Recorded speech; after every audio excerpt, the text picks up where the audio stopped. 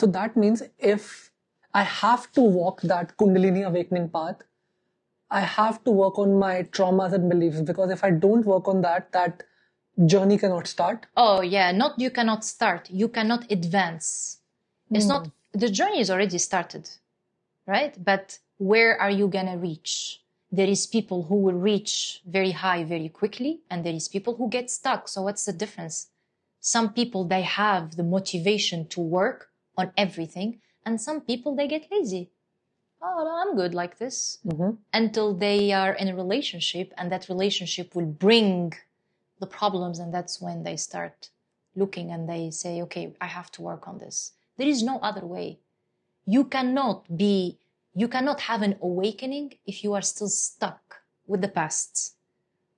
No matter how the past was painful, you have to do the work and understand why there was pain, and just let it go and move on with your life.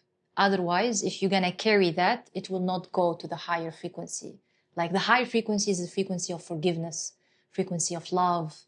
So you cannot keep carrying all these triggers with you. You have to get rid of them. And one of the biggest things that I always bring in my sessions is forgiveness. I always say, if you are new in this journey, or even not new, and you have someone that you didn't forgive yet, that's an energy that will always keep you down, and you will not go anywhere in your life. Forgiveness. It's That a is big important. theme. Yes. It's not easy as well. Yeah. It is not, because the human body tends to hold so many emotions, so many memories, so many incidences where you have been hurt, you have been looked down upon. Yes. It's hard to work on those. Yeah. It's hard to work on those. But that's why, because it is like that, that's why it's heavy on the body. We carry all these memories. That person did that to us, his face, how he talked to us, even though that person is wrong with us, he wronged us. That's pain that we carry. At some point, you have to release that pain. For how long you gonna carry that? Energetically, it's not good. Physically, it will become sickness if you don't deal with it. So whether it is parent or brother, sister, cousin, or an ex relationship, for ex relationships, you can write a letter and do a ceremony and burn it in the fire because you don't want to contact an ex partner.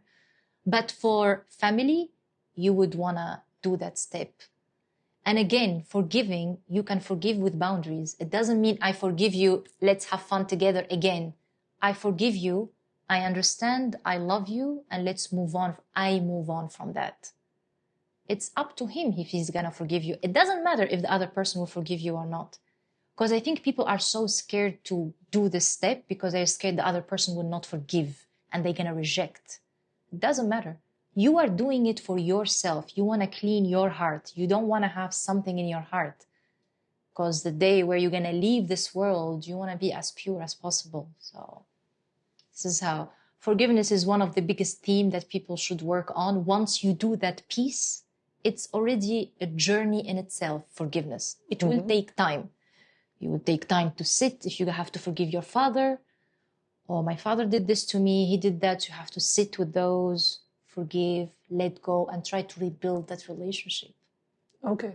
But this would, forgiveness, let's say a person is not holding any grudges and there is nothing to forgive, but they do have some other belief.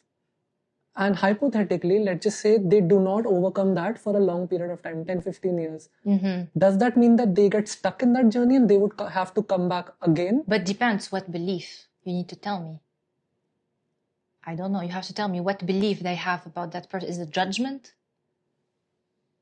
Could be. Let's say it's judgment. Let's say it's self-doubt. Let's say there is a belief that not a belief, there is a thing that where you always self-doubt yourself.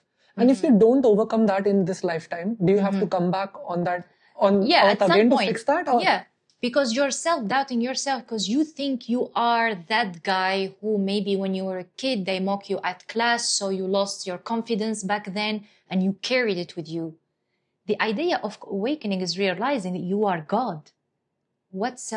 God is complete. The soul is complete. The soul is full. There is no self-doubt. So if you're feeling self-doubt, that is not you.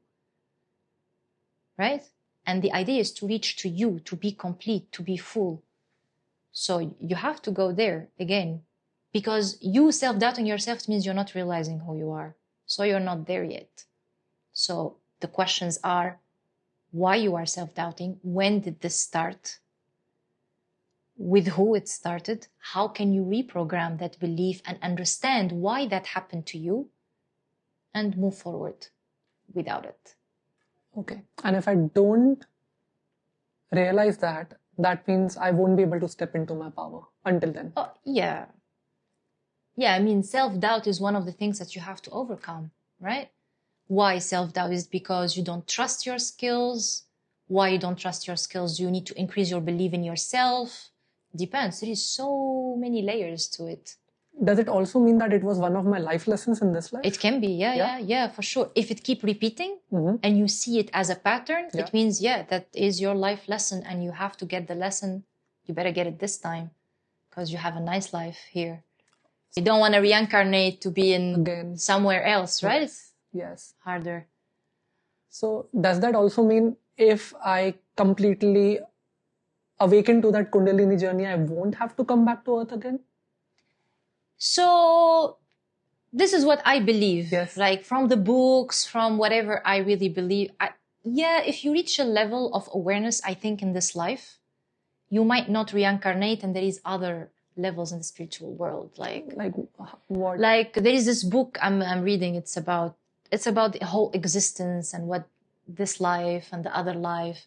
So even when we die and when we go to the other realm, there is other laws, there is other levels, there is teachers, there is schools. So let's say we die in this life, we didn't learn the lesson, we go to school there. Another school one. Of souls. Yeah, it's school for souls. So we can learn why this life didn't work for us, learn the lesson and prepare for the next life. That could be on some another planet. Or some it other can dimension. Be anything. Yeah, it can be dimension. It can be, you can reincarnate as an animal.